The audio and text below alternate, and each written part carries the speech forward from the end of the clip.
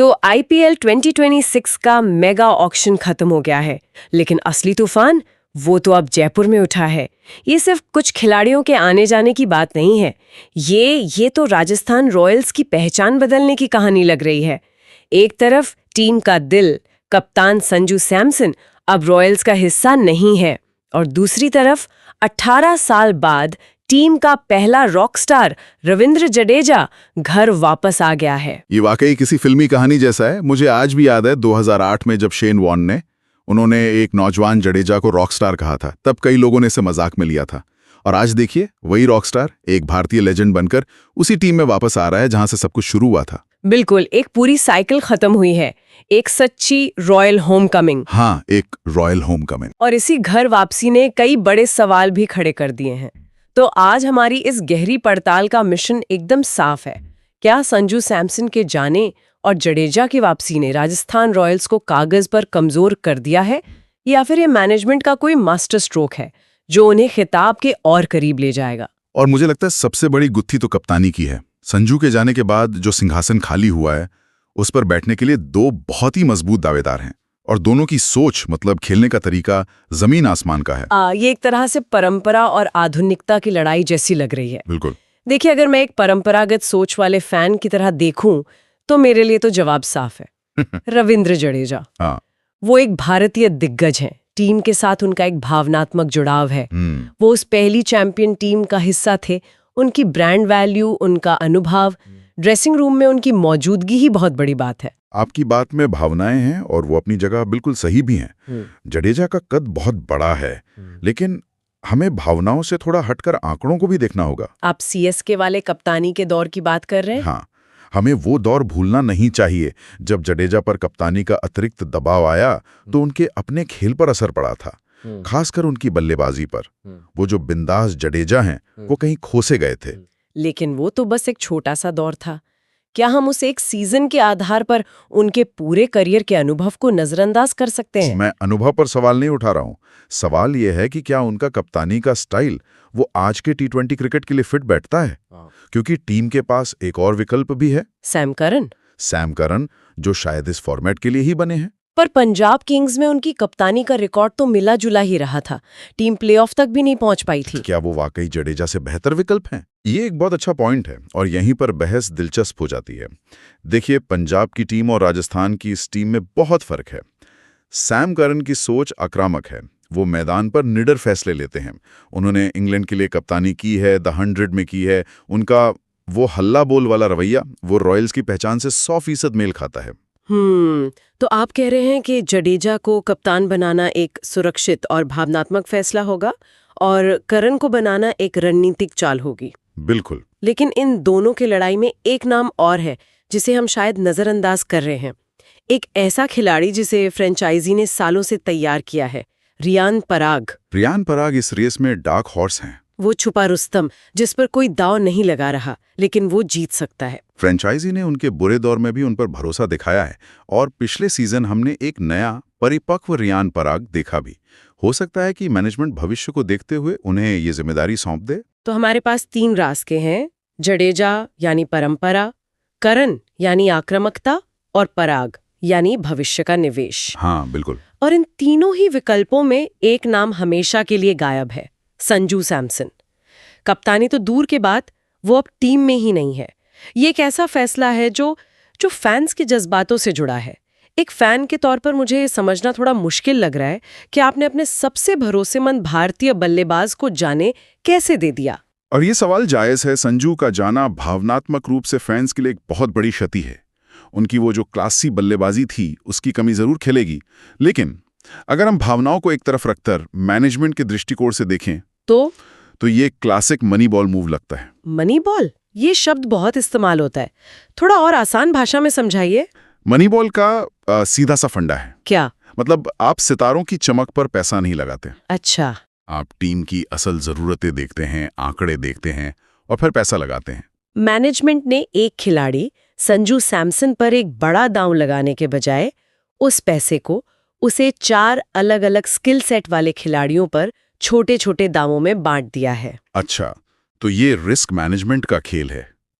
एक सुपरस्टार पर निर्भरता कम करने का? बिल्कुल। अब अगर कोई एक खिलाड़ी फॉर्म से बाहर होता है या चोटिल हो जाता है तो पूरी टीम बिखर नहीं जाएगी। उन्होंने संजू की जगह किसी एक खिलाड़ी को नहीं बल्कि 4 मैच विनर्स को टीम में शामिल किया है। ध्रुव जुरैल, रवि बिश्नोई, जोफ्रा आर्चर की वापसी और सैम करन एक असली मैच विनर ऑलराउंडर। तो आप कह रहे हैं कि एक आलीशान बंगले की जगह 4 मजबूत स्तंभ खड़े किए गए हैं। अगर हम तुलना करें तो शायद बल्लेबाजी कागज पर थोड़ी हल्की लग सकती है, लेकिन गेंदबाजी और ऑलराउंडर्स के विभाग में ये टीम पहले से कहीं ज्यादा संतुलित और शक्तिशाली नजर आ रही है। और आपने बिल्कुल सही पकड़ा, टीम की ताकत का केंद्र अब बल्लेबाजी से गेंदबाजी की तरफ झुक गया है। और ये रणनीति सिर्फ हवा में नहीं बनाई गई है। आप जयपुर के सवाई मानसिंह स्टेडियम की बात कर रहे हैं? जयपुर का किला रणनीति? जी हाँ, जयपुर के स्टेडियम की बाउंड्रीज देश के सबसे बड़े मैदानों में से हैं। वहां छक्के मारना आसान नहीं है। अब आप सोचिए, बीच के ओवरों में एक छोर से लेग स्पिनर रवि बिश्नोई और दूसरे छोर से रविंद्र जडेजा। बिल्कुल, ये जोड़ी उस मैदान पर किसी भी बल्लेबाजी लाइनअप के लिए एक बुरे सपने जैसी साबित हो सकती है। वो सिर्फ विकेट नहीं लेंगे, वो रनों की रफ्तार पर ऐसा ब्रेक लगाएंगे कि विपक्षी टीम दबाव में बिखर जाएगी। और पेस अटैक में जोफ्रा आर्चर की वापसी हो गई है, ये तो बहुत बड़ी खबर है। लेकिन यहाँ एक सवाल है, जोफ्रा आर्चर अपनी चोट से वापस आ रहे हैं, क्या हम उन पर पूरी तरह से निर्भर हो सकते हैं? ये एक वाजिब चिंता है। आर्चर एक हाई रिस्क हाई रिवॉर्ड खिलाड़ी हैं, लेकिन अगर वो 70-80% भी फिट हैं तो भी वो टीम को वो एक्स फैक्टर देते हैं जो कोई और नहीं दे सकता। उनकी 150 किलोमीटर प्रति घंटे की रफ्तार और साथ में संदीप शर्मा की स्विंग, ये कॉम्बिनेशन किसी भी टीम के टॉप ऑर्डर को पहले 6 ओवर में ही ध्वस्त कर सकता है। ठीक है, गेंदबाजी वाकई दमदार लग रही है। अब बात करते हैं टीम के उन एक्स फैक्टर्स की। संजू के जाने के बाद अब सारी नजरें और सारा दबाव यशस्वी जायसवाल के कंधों पर आ गया है। और मुझे लगता है ये भूमिका उन्हें और निखारेगी। वो अब सिर्फ एक युवा टैलेंट नहीं है, वो टीम के सीनियर बल्लेबाज हैं। उनके अलावा मैं ध्रुव जुरैल पर नजर रखने को कहूंगा। हाँ, उन्हें सिर्फ संजू के रिप्लेसमेंट के तौर पर नहीं देखा जाना चाहिए। बिल्कुल नहीं, वो विकेट कीपिंग के सिंहासन के असली उत्तराधिकारी हैं। हमने टेस्ट क्रिकेट में देखा है कि वो दबाव में बिखरते नहीं बल्कि और निखरते हैं। वो एक क्लच प्लेयर है। क्लच प्लेयर मतलब वो खिलाड़ी जिसका प्रदर्शन तब सबसे अच्छा होता है जब टीम पर सबसे ज्यादा दबाव हो, जब मैच फंसा हो, 4 ओवर में 50 रन चाहिए हो, तब जो खिलाड़ी जिम्मेदारी ले वो क्लच प्लेयर होता है। ध्रुव जुरैल में वो काबिलियत है। तो चलिए इन सब बातों को ध्यान में रखते हुए इस टीम की सबसे मजबूत प्लेइंग 11 बनाने की कोशिश करते हैं। ओपनिंग में यशस्वी जायसवाल का नाम तो पक्का है, लेकिन उनका पार्टनर कौन होगा? और यहीं पर कप्तान की रणनीति सामने आएगी। एक दिलचस्प विकल्प है सैम करन को ओपनिंग में भेजना, पावर प्ले में एक विस्फोटक शुरुआत के लिए। लेकिन अगर करन ओपनिंग में फेल होते हैं तो आपका एक विदेशी खिलाड़ी जल्दी आउट हो जाता है। हाँ, वो एक रिस्क है, लेकिन मेरे हिसाब से करन को टॉप पर भेजना रॉयल्स के हल्ला बोल के नारे को सही साबित करेगा। चलिए मान लेते हैं ओपनर्स हुए जायसवाल और करन। नंबर 3 पर रियान पराग, नंबर 4 पर आते हैं शिमरॉन हेटमायर, जिनका काम सिर्फ एक है, गेंद को बाउंड्री के बाहर भेजना। संजू की कमी यही महसूस होगी। यहीं पर टीम की असली परीक्षा होगी। नंबर 6 पर आप शुभम दुबे जैसे किसी पावर हिटर को मौका दे सकते हैं। और फिर शुरू होता है ऑलराउंडर्स का वो सिलसिला जो इस टीम की जान है। नंबर 7 पर रविंद्र जडेजा। और क्या हम एक और विदेशी खिलाड़ी को फिट कर सकते हैं, डोनोविन फरेरा? बिल्कुल, डोनोविन फरेरा को नंबर 8 पर एक बैकअप फिनिशर के तौर पर आजमाया जा सकता है। और उनके बाद गेंदबाजी लाइनअप बहुत मजबूत दिखती है। जोफ्रा आर्चर, रवि बिश्नोई और संदीप शर्मा। और इम्पैक्ट प्लेयर के रूप में तुषार देशपांडे भी आ सकते हैं। हाँ, गेंदबाजी के समय तुषार देशपांडे को टीम में ला सकते हैं। ये टीम कागज पर तो बहुत संतुलित और खतरनाक लग रही है। अगर हमें इसकी ताकत और कमजोरी का एक आखिरी बार सारांश निकालना हो तो क्या कहेंगे? सबसे बड़ी ताकत है गेंदबाजी, इसमें कोई शक नहीं। आर्चर, बिश्नोई, जडेजा, करन, ये गेंदबाजी आक्रमण किसी भी हालात में मैच जिता सकता है।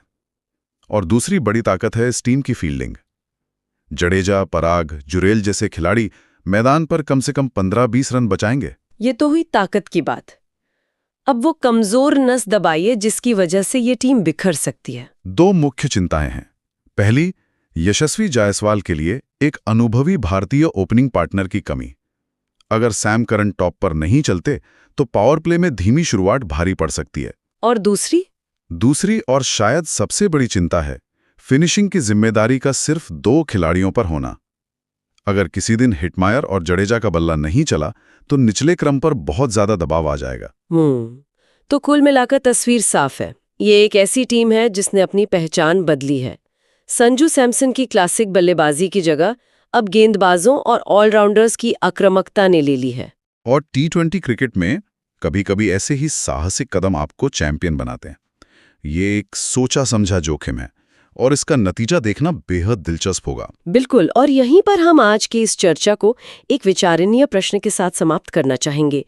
क्या किसी एक स्टेडियम यानी अपने जयपुर के किले को ध्यान में रखकर टीम बनाना एक आधुनिक T20 मास्टर स्ट्रोक है, या फिर ये एक ऐसा जोखिम है जो घर से बाहर के मैचों में टीम पर भारी पड़ सकता है? क्या ये टीम होम ट्रैक बुली बनकर रह जाएगी या एक ऑल वेदर चैंपियन बनेगी?